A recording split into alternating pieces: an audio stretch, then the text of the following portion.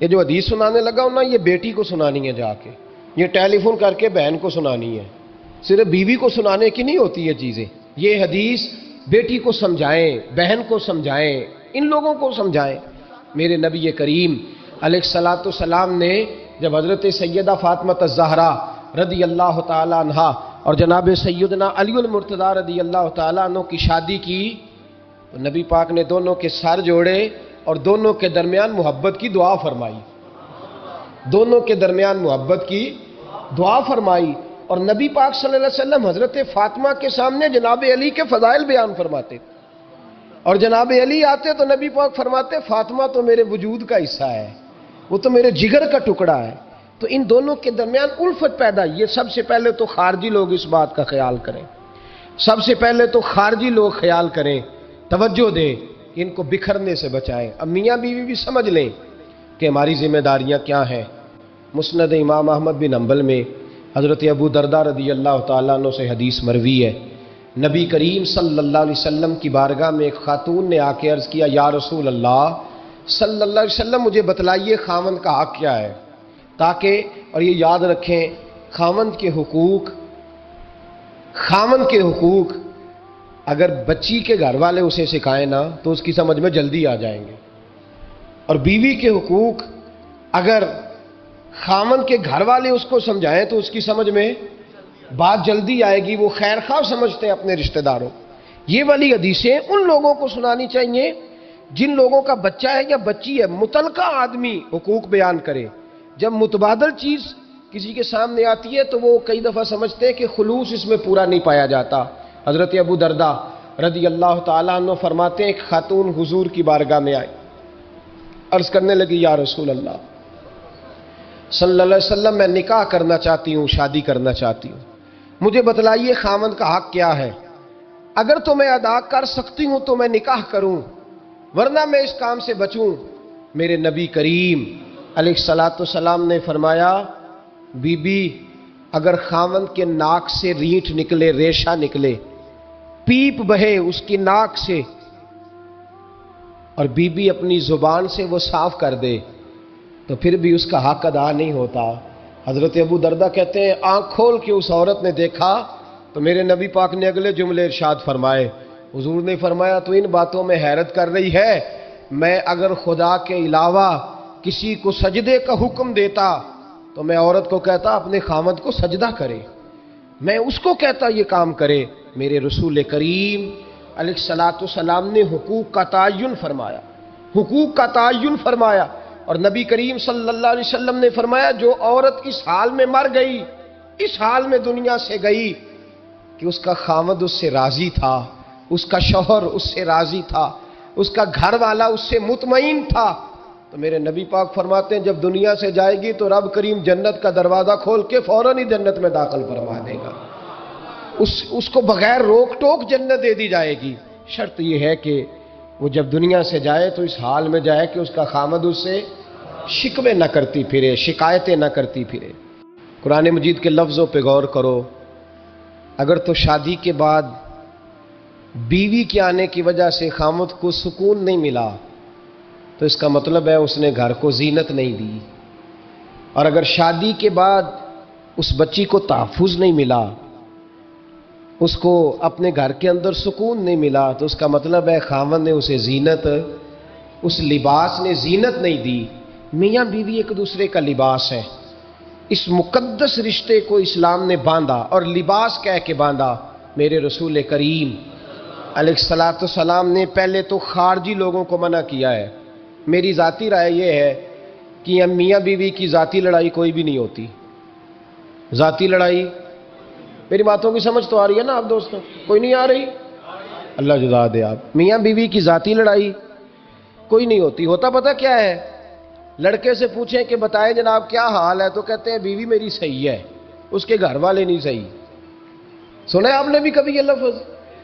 تو اسی طریقے سے اگر لڑکی سے پوچھیں کہ تیرا کیا حال ہے تو کہتی ہے خاوند تو میرا دھیان رکھتا ہے، اس کی اماں نہیں خیال رکھنے دیتی۔ تو لڑائی جو ہوتی ہے وہ تیسرے آدمی کی وجہ سے ہوتی ہے، تیری اماں آئی تھی تو اس طرح کہہ گئی، تو تیرا بھائی آ گیا تھا تو وہ یہ کہہ گیا، تیسرے فرد کی وجہ سے۔ میرے نبی کریم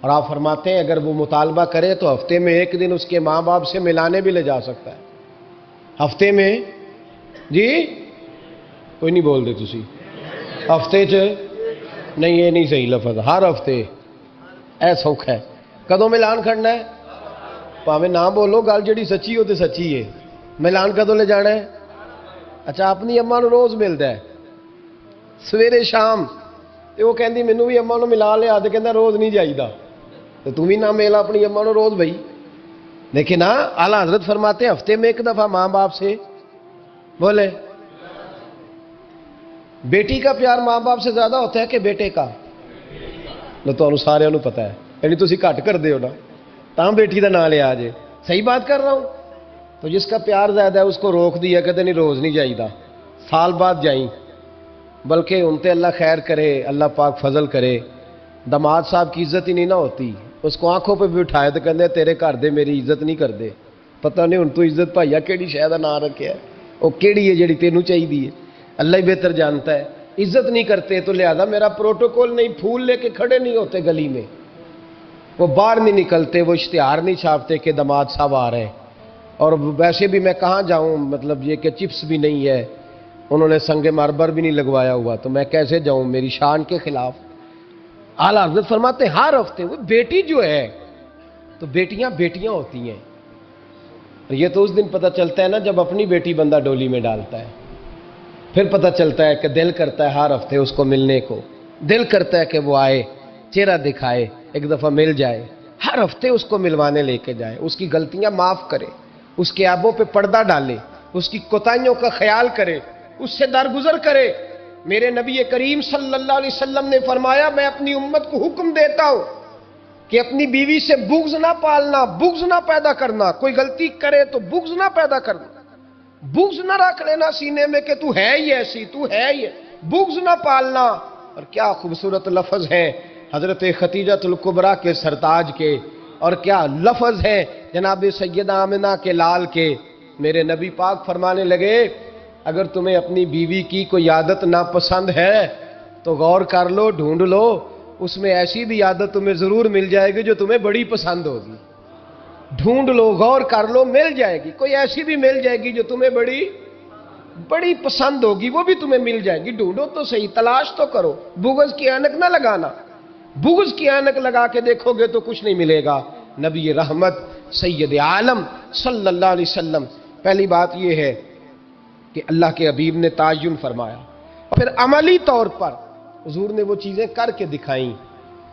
حضرت سیدہ طیبہ طاہرہ جناب فاطمہ کو نبی پاک نے رخصت فرمایا. حضرت علی کے گھر کے سارے کام جناب فاطمہ کرتی تھی، سارے کام. کسی ایک جگہ بھی شکایت نبی پاک صلی اللہ علیہ وسلم نے نہیں فرمائی کہ میری بیٹی سارے کام کرتی ہے، بلکہ حضرت اسماء کے بارے میں سیاہ ستہ میں روایت ہے، جناب ابو بکر صدیق کی صاحبزادی، یہ نبی پاک صلی اللہ علیہ وسلم کے پھپھی زاد بھائی حضرت زبیر بن عوام عشرہ مبشرہ سے، ان کے گھر میں بیاہی گئی تھی.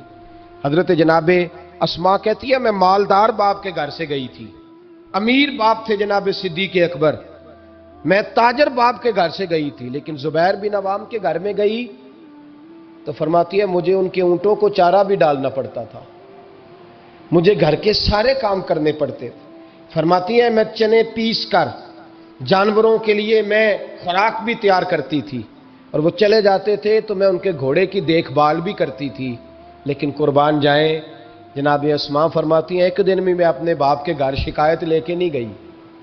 اور عجیب لفظ ہے حدیث پاک میں، عجیب لفظ ہے. آپ فرماتی ہیں میں ایک دن گھاس لے کے آ رہی تھی، رستے میں رسول پاک تشریف لا رہے، حضور اونٹ پہ تھے. بڑی خوبصورت حدیث.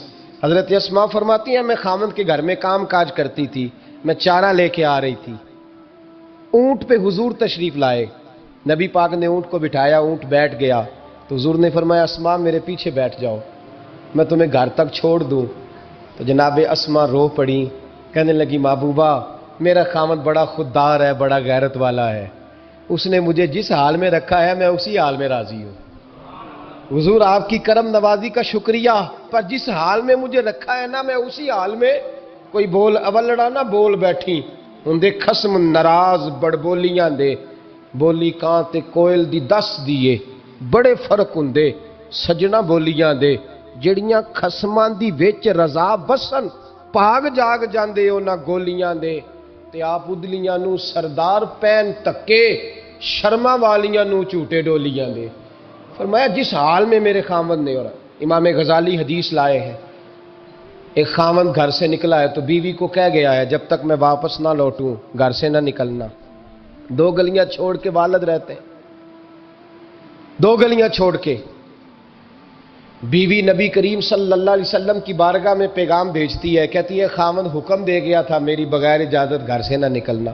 اب تو بیوی کہتی ہے میں پڑھی لکھی ہوں، کل میں کس کالر کو سن رہی تھی، وہ کہہ رہا تھا بیوی کے بڑے حقوق ہیں، جو مرضی چاہے کر سکتی ہے، اور اللہ خیر کرے اگر بیوی بی ایڈ کر لے پھر تو معاملہ ہی ختم ہو گیا۔ وہ کہتی ہے تو مجھے کر فارغ، میں سویرے، اور سن لیں حدیث یاد رکھ لیں، نبی پاک صلی اللہ علیہ وسلم نے فرمایا جس بی بی نے اپنے خامد سے بلا وجہ طلاق کا مطالبہ کیا بغیر سبب شرعی کے، جس عورت نے اپنے خامد سے طلاق مانگی، حضور فرماتے یہ نہیں فرمایا کہ لے لی، جس نے طلاق خالی مطالبہ کیا لے لی، وہ اب تو روز آپ دیکھ لیں کورٹ کچہری میں بیویوں نے دعوے پہ دعویٰ کیا ہوا ہے، خامدوں کی طرف سے بھی زیادتی ہوتی ہے، اس میں شک نہیں، میں سائڈ کو سیف نہیں کرتا، بڑے ظلم ہوتا ہے، آج بھی جہالت کی بات کرتے ہیں بعض لوگ، لیکن چھوٹی چھوٹی باتوں پہ دعوے ہو جاتے ہیں عدالتوں میں۔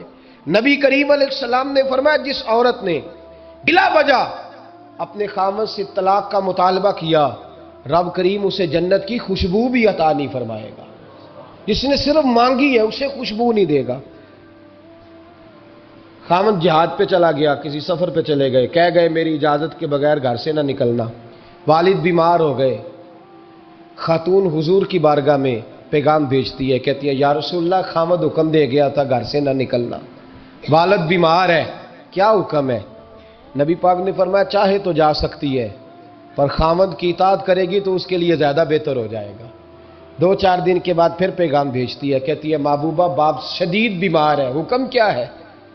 نبی پاک علیہ السلام نے فرمایا چاہے تو جا سکتی ہے، کیونکہ حضور شارع ہے نا، مختار ہے شرعی معاملات میں، کسی کو چاہے تو کسی چیز کی بھی اجازت عطا فرما سکتے ہیں۔ فرمایا میں اجازت دیتا ہوں جا سکتی ہے پر خامد کی اطاعت میں رہے گی تو اس کے لیے بہتر۔ حد ہو گئی بھائیو، حد ہو گئی۔ عرض کرتی ہے حضور باپ انتقال کر گیا ہے، باپ انتقال کر گیا، بیٹی ہوں کیا کروں، رہ نہیں سکتی۔ حضور نے فرمایا میں اجازت دیتا ہوں چلی جائے پر خامد کی فرما برداری کرے گی تو بہتر ہو جائے گا۔ صحابہ کہتے ہیں پہلے وہ پیغام بھیجتی تھی، جب باپ کا انتقال ہوا تو اس شام مصطفیٰ نے پیغام بھیجا، فرمایا پتہ کرو گئی تو نہیں، پتہ کرو گئی تو نہیں۔ صحابی نے واپس آ کے عرض کی حضور کوئی نہیں گئی، فرمایا جاؤ اسے جا کے میری طرف سے خوشخبری دے دو کہ تو نے اپنے خامد کی فرما برداری کی ہے، رب کریم نے تجھے بھی بخش دیا ہے، تیرے باپ کی بھی بخشش فرما دی، تیرے اس عمل نے تیرے باپ کی بخشش کا سبب بنا دیا ہے۔